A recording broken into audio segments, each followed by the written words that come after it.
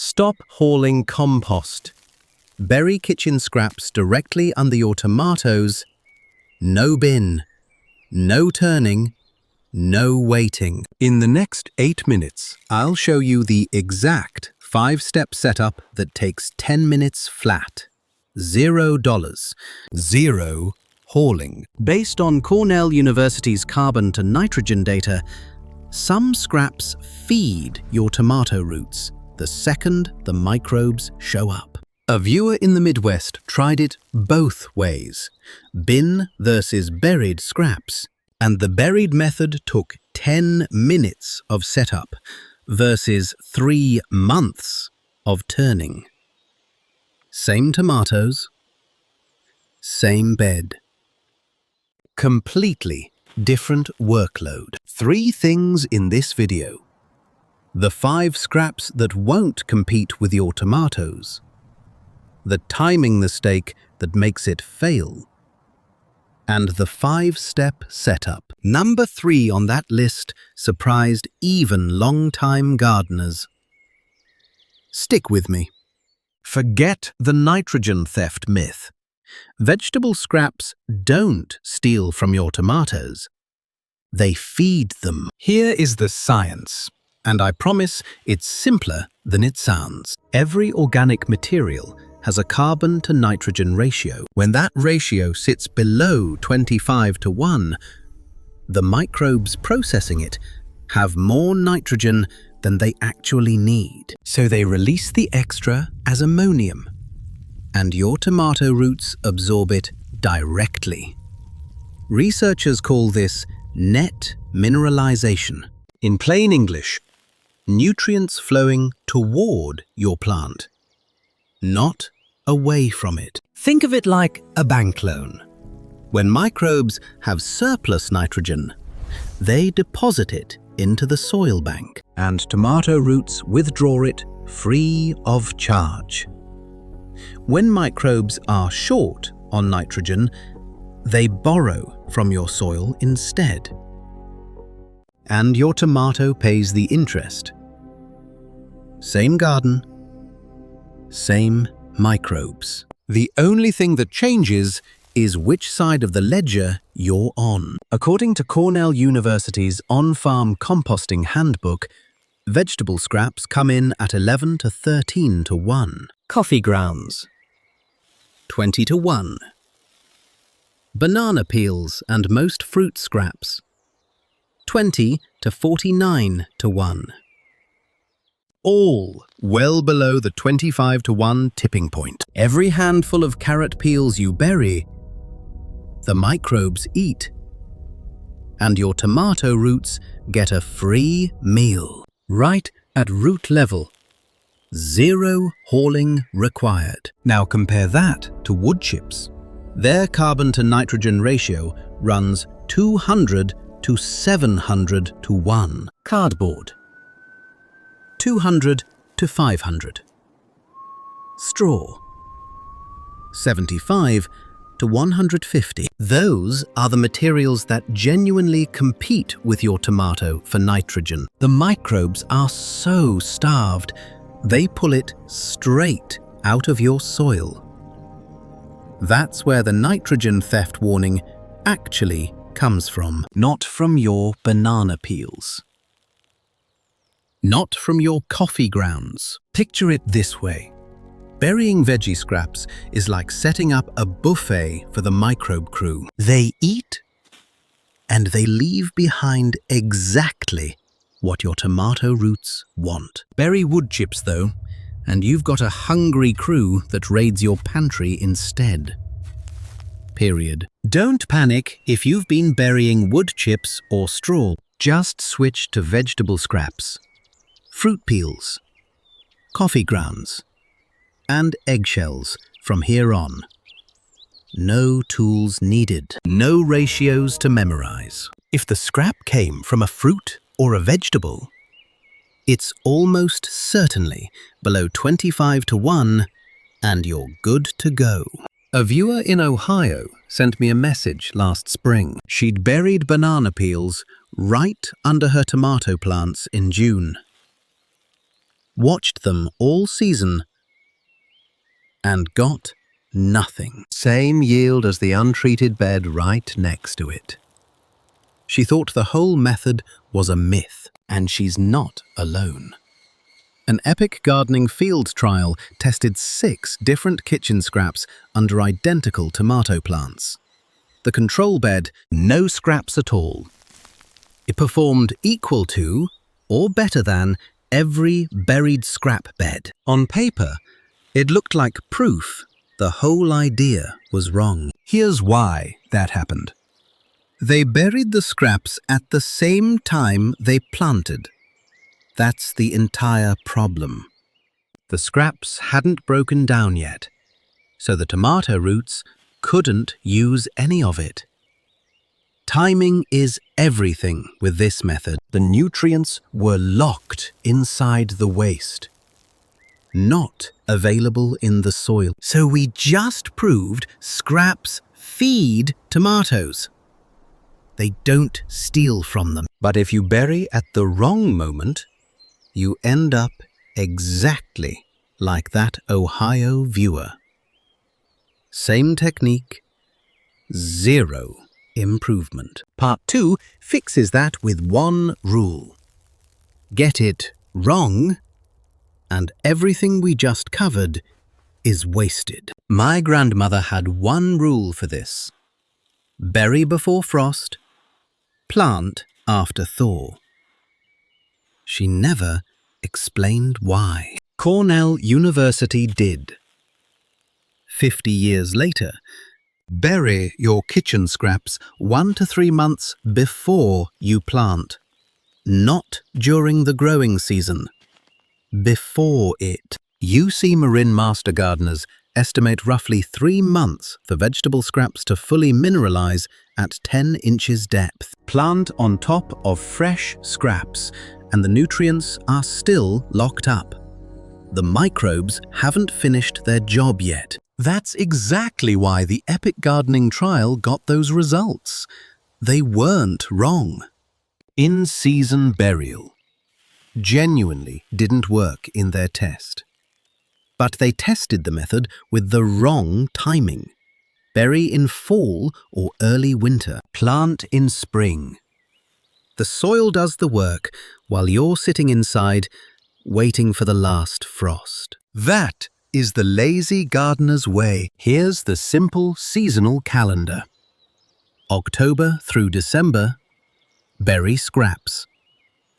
Mark the spot. Walk away. January through March. Ignore everything. The microbes are working under the snow. April through May. Plant your tomato seedlings directly on top of last fall's burial spots. June through September. Harvest. That's it. 4 steps. 1 per season. No bins. Grab a pen. Write this down. Here is the safe list. Vegetable peels. Carrot, potato, cucumber, zucchini. Fruit scraps. Apple cores, banana peels, citrus rinds cut small. Coffee grounds, tea leaves bags removed. Onion and garlic skins, eggshells ground fine. Or they'll still be sitting there whole 2 seasons later. Every one of these is below 25 to 1. Everyone feeds, not competes. Dirt cheap, zero waste. From seed to harvest. This is the closest thing to free fertilizer you'll ever find. Now what you absolutely don't bury. Meat and fish. The risk of salmonella and E. coli is real. And you'll attract every pest in the neighborhood. Dairy and cooking oils. Same pest problem, plus the smell.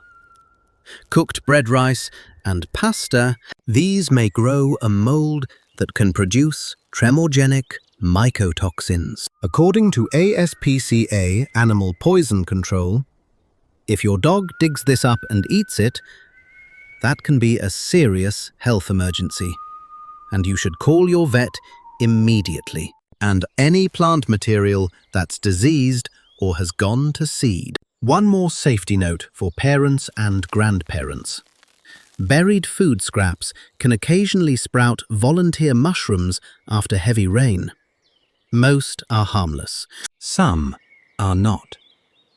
Teach kids never to pick anything growing from the soil and put it in their mouth, even from your own garden bed. If you have toddlers playing barefoot near the bed, lay a thin layer of straw mulch on top of the burial zone as a visual marker. Out of sight, out of curious little hands. The same goes for grandkids visiting for the weekend. Show them the marker stake and tell them it's a no-touch zone until the tomatoes are up. Honest cost comparison, folks. Trench composting, $0 per season. Bagged compost, $15 to $50 or more. Bin setup, anywhere from $0 to $300. Effort, you dig once, then forget it, versus turning a bin weekly. The catch: it's not fast enough to feed plants during the same season you bury, and it may not perform well on sandy, coarse-textured soil. Manitoba agriculture found decomposition rates drop significantly in those conditions. So now you know what to bury and when. But what actually happens when you walk outside and do this? Part 3 is the hands-on setup. There's one protection step most people skip entirely. If you have burrowing pests in your yard, that single step makes or breaks the whole season. Coming up next, 5 steps. No special tools. If you can dig a hole deep enough to plant a tomato, you can do this. Step 1. Collect and prep.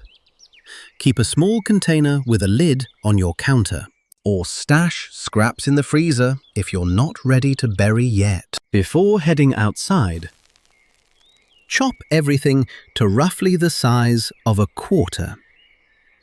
2 to 3 centimeters. Smaller pieces give the microbes more surface area to work with. They break down faster. Takes 30 seconds. Step 2. Dig your hole or trench. Go at least 10 to 12 inches deep.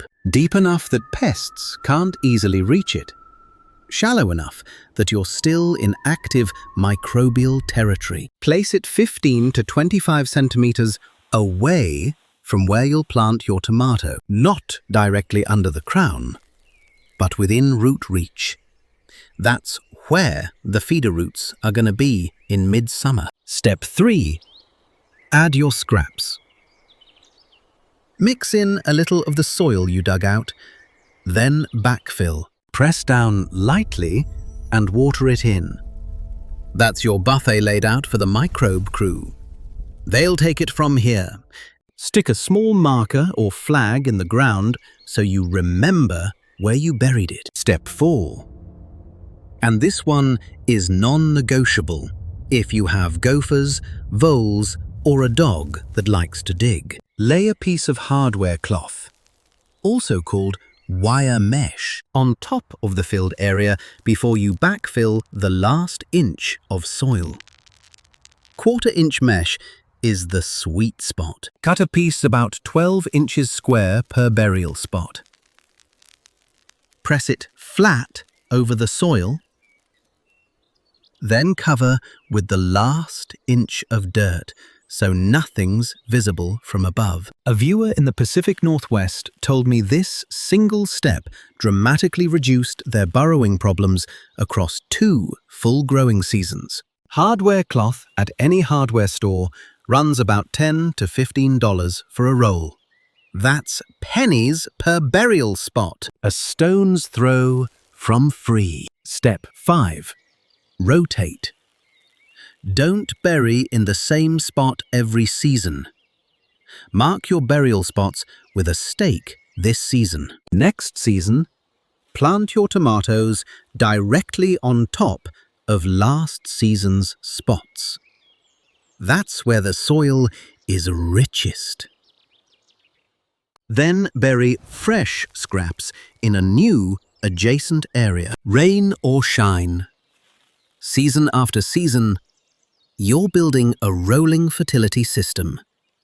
No bin, no hauling, no cost. Because I'm not going to tell you this works everywhere, every time. This method may struggle on very sandy or coarse textured soil. Nutrients can leach through before roots grab them. It won't kill weed seeds or pathogens the way a hot compost pile does. And it's not practical for large volumes of scraps. Use this for what it's best at. Building slow, steady fertility right at root level. One small batch at a time. Why this matters more than it sounds. You're not just skipping a bin. You're feeding your soil exactly where your tomato roots actually live. My grandmother switched to this method long before anyone had heard the term carbon to nitrogen ratio. She just knew the bed she buried scraps in always outperformed the bed she didn't. The proof was in the pudding then. Your neighbors are going to want the recipe now. Does burying kitchen scraps under tomatoes actually work? Yes, but only if you do it before the season, not during it. Epic Gardening was right about in-season burial. They just didn't test the pre-season version. That's the whole story. 3 things to take with you. 1. Veggie scraps are below 25:1 CN ratio. They release nitrogen. They don't steal it. 2. Bury 1 to 3 months before planting, not after. 3. Stick to vegetable peels, fruit scraps, coffee grounds, eggshells. Avoid meat, dairy, cooked food, anything woody. That's it. Give this a whirl this fall. Bury a batch of vegetable peels before the ground freezes. Come spring, your tomatoes are gonna have a head start. And trust me on this, your neighbors are gonna notice. And they will ask what you did differently. One question before you go. What type of soil are you working with? Loamy clay or sandy? Drop it in the comments. I'll give you a specific answer, not a generic, it depends. If this worked for you, the first link in the description below leads to the one video I'd want every new gardener to watch next. How to turn your trash into 10 free liquid gold fertilizers your tomatoes will drink straight from the watering can. Same lazy gardener energy. Same $0 mindset. Happy gardening.